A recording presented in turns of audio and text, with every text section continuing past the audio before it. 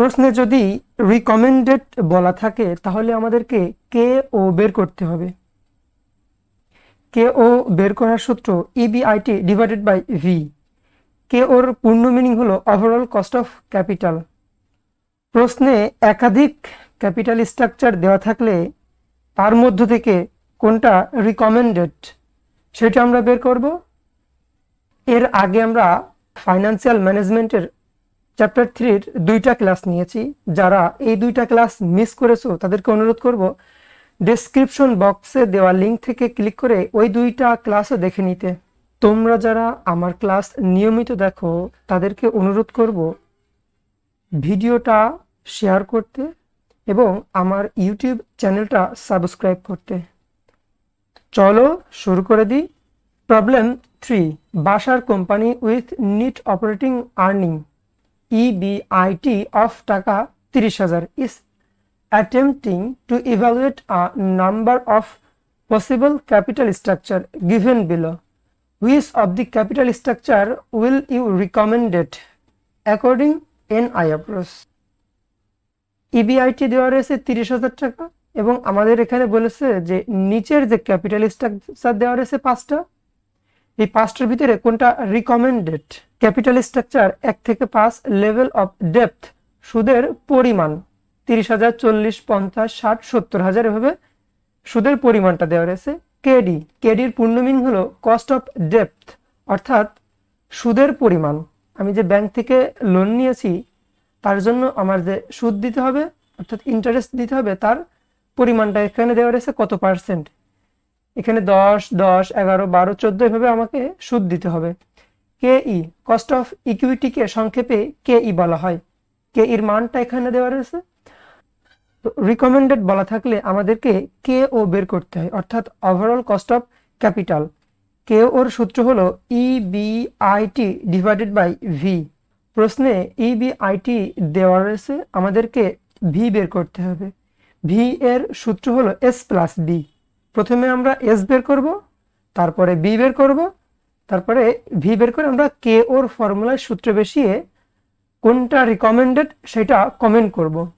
এটা আমাদের করতে হবে এনআই অ্যাপ্রোচের মাধ্যমে। Solution according to NI approach, এটা অবশ্যই লিখতে হবে। তাহলে প্রথমে accounts title, capital structure 1, structure 2, 3, 4, 5। NI অ্যাপ্রোচে কে ও বের করতে হলে আমরা প্রথমে ইবিআইটি দিয়ে শুরু করব।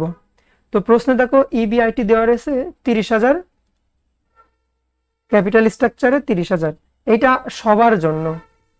তাহলে সবগুলো ক্যাপিটাল স্ট্রাকচারে দিয়ে দিলাম। এর সাথে বিয়োগ হয় ইন্টারেস্ট, লেস ইন্টারেস্ট। এখন ইন্টারেস্ট বের করব কিভাবে আমরা? এখানে দেখো আমার লোনের পরিমাণটা দেওয়া রয়েছে আর কত পার্সেন্ট ইন্টারেস্ট দেব সেই পরিমাণটা এখানে দেওয়া রয়েছে। তাহলে 30,000 টাকা লোন নিয়েছি, তার জন্য আমাকে 10% সুদ দিতে হবে। তাহলে 30,000-এর 10% 3,000। ক্যাপিটাল স্ট্রাকচার 1-এ 3,000, ক্যাপিটাল স্ট্রাকচার 2-এ দেখো 40,000 গুণ 10%, তাহলে এখানে হবে 4,000, 3-তে হবে 5,500, 4-এ হবে 7,200 এবং 5-এ হবে 9,800। ক্যাপিটাল স্ট্রাকচার ইবিআইটি থেকে ইন্টারেস্ট বাদ দিলে হয় 27,000, 2-এ হয় 26,000, 3-তে হয় 24,500, 4-এ হয় 22,800, 5-এ হয় 20,200। ইবিআইটি থেকে ইন্টারেস্ট বিয়োগ করলে ইবিটি পাওয়া যায়। আমাদের টার্গেট হলো এস বের করা। এস এর সূত্র হলো ইবিটি ডিভাইডেড বাই কেই। প্রশ্নে দেখো কেইর মানটা দেওয়া রয়েছে, আমরা কেইটা এখানে দিয়ে দেব। কেইর মানটা অবশ্যই ভাঙিয়ে লিখতে হবে। এখানে 12% বুঝিয়েছে, তো 12%কে আমরা 12কে 100 দ্বারা ভাগ করব, করে 0.12। এই যে 12.5কে আমরা 100 দ্বারা ভাগ করব, তাহলে 0.125। এটা ভাবে ভাগ করে 0.135, 0.15, 0.16। এর নিচে দাগ দিয়ে দেবো। S equal EBT divided by KE. Capital structure 1-এর ইবিটি 27,000 এবং কেই 0.12, এটা ভাগ করলে হয় 2,25,000। এই যে এই সূত্রের মাধ্যমে আমরা ক্যাপিটাল স্ট্রাকচার 2, 3, 4, 5 এভাবে ভাগ করে দেব।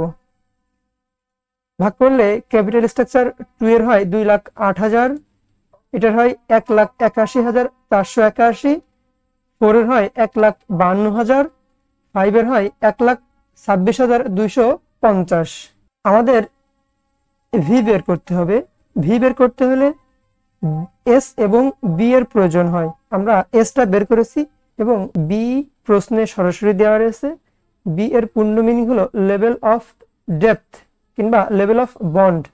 দেখো প্রশ্নে লেভেল অফ ডেপথ দেওয়া রয়েছে, তো লেভেল অফ ডেপথের যে টাকাটা সেটা আমরা এখানে বসাই দেবো। 1 এর 30, 2 এর 40, 3 এর 50, 4 এর 60, 5 এর 70। এবার আমরা ভি বের করব। ভি এর সূত্র হলো এস প্লাস বি। তাহলে ক্যাপিটাল স্ট্রাকচার 1 এর এস দেখো 2,25,000 এবং বি এর মানটা আছে 30,000, এই দুইটা যোগ করলে হয় 2,55,000। ক্যাপিটাল স্ট্রাকচার 2 এর 2,08,000 এবং 40,000, এই দুইটা যোগ করলে হয় 2,48,000। অনুরূপভাবে 3, 4, 5 এগুলো যোগ করে দেবো। এবার আমরা কেও অর্থাৎ ওভারঅল কস্ট অফ ক্যাপিটাল এইটা বের করব।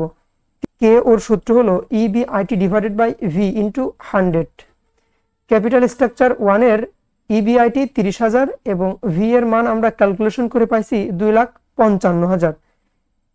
তাহলে 30,000 ভাগ 2,55,000 গুণ 100, এটা গুণ করলে হয় 11.76। এটা অবশ্যই পার্সেন্টেজ দিয়ে রাখতে হবে, যেহেতু আমরা 100 গুণ করছি সেহেতু এখানে পার্সেন্টেজ দিতে হবে। আর যদি এখানে 100 গুণ না করতাম তাহলে আমাদের এখানে এরকম আসতো 0.1176। অনুরূপভাবে ক্যাপিটাল স্ট্রাকচার 2 30,000 ইবিআইটি ভাগ ভি এর মান 2,48,000, এটা ভাগ করলে আমরা পাই 12.09। এখানেও অবশ্যই পার্সেন্টেজ দিতে হবে, অর্থাৎ কে ওর যে মানটা পাবো সেটাই সবগুলোই পার্সেন্টেজ দিতে হবে। ক্যাপিটাল স্ট্রাকচার অনুরূপভাবে আমরা ভাগ করে দেবো। এখানে ভাগ করলে হয় 12.96, 4 এর 14.15, 5 এর 15.29।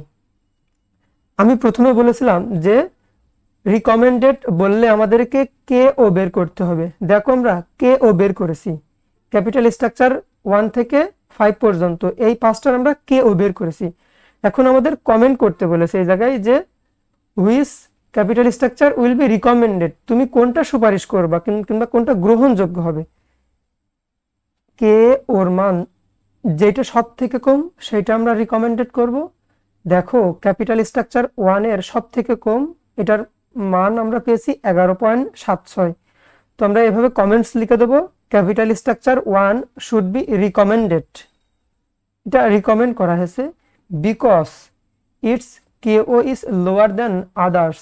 এই যে অন্যান্য যে কেও পাইছি আমরা এই চারটা থেকে সব থেকে কম কেও হলো ক্যাপিটাল স্ট্রাকচার 1 এর।